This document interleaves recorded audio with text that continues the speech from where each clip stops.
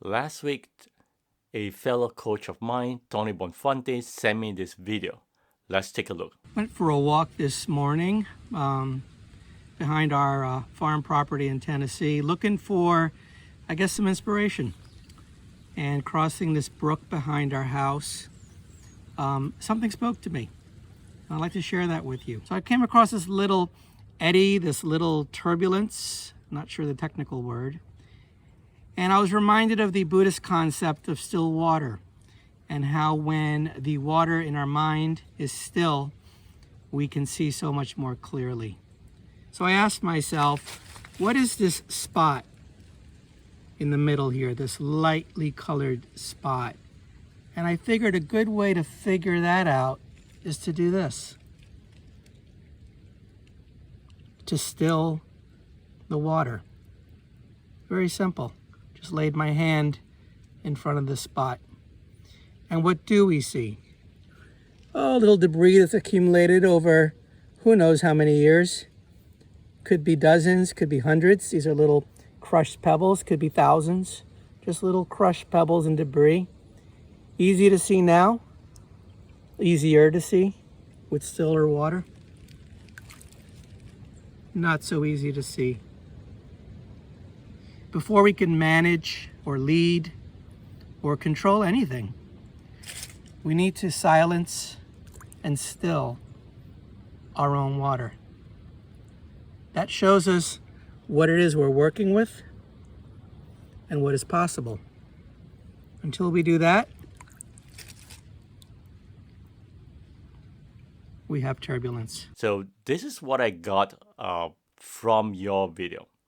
So this is what Tony Bonfante is trying to teach us, is that we do need to be able to hit pause so that we can focus on the things that we are doing at that moment. Just like an archer focusing on the target, right? The moment where this person is focusing and pulling on to, the bow and arrow, aiming at the target, this sense of focus where the surrounding becomes quiet, right? You don't hear anything, even though there are crowds cheering, things like that. You're focused and then letting go and hitting the target.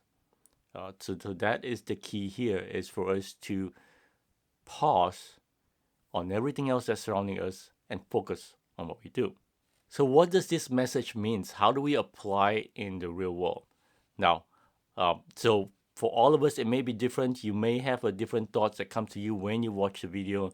For me, here are a couple of things that comes to mind. The first one, as a coach, oftentimes we need to be able to focus on the people that we interact and work with, because there are coaching moments. And when these moments comes, it's fast.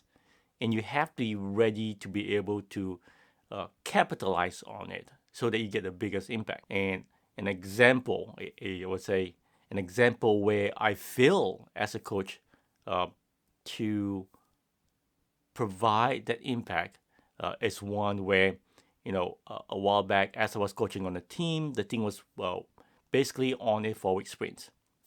And me talking through about why we need to do 2-week sprints and things like that. And eventually the team did come together and provide me a plan that says, okay, after this sprint, we are going to a 2-week sprint. Now, at the moment, I failed to recognize and celebrate that.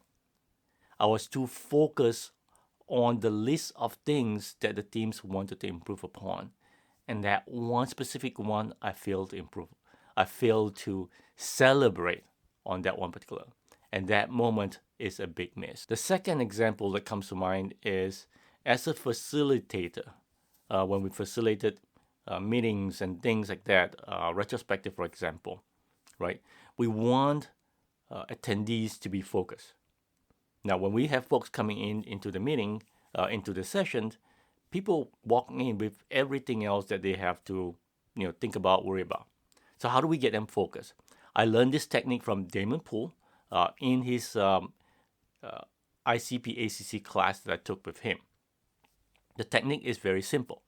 All it is this: ask the attendees to write down, right? Take 5 minutes to write down what they have in their head, what they have in their mind at that point in time, everything they're thinking of. Write it down and then set it aside, right? The intention there is that after the meeting's over, you get back to where you were. So that way you don't lose your train of thought. So you can always go back to it. So that way you can focus in the session and then go back to where you were before. The third example is on a personal thing. Now, oftentimes I do reflect a lot. I think a lot. So when I do this thinking in my head, it makes it really difficult for me to sleep at night, right? Oftentimes I'll, toss and turn as my head was thinking about ideas, solutions, problems, things like that, right? One of the techniques that a fellow coworker, Jason Hope, had shared with me is that put a notepad and a pen on your bedside. So that way, as you have things that pop up in your mind that you don't want to lose track of, write it down. Now, this is very similar to the technique that Damon Poole had introduced, right?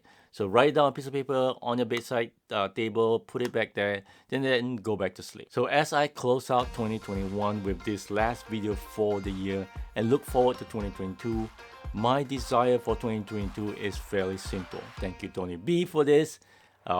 My desire for 2022 is to have the ability to recognize and hit pause so that I can focus on the important things at hand.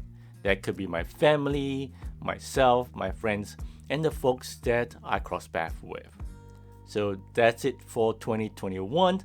See all of you in 2022. Bye.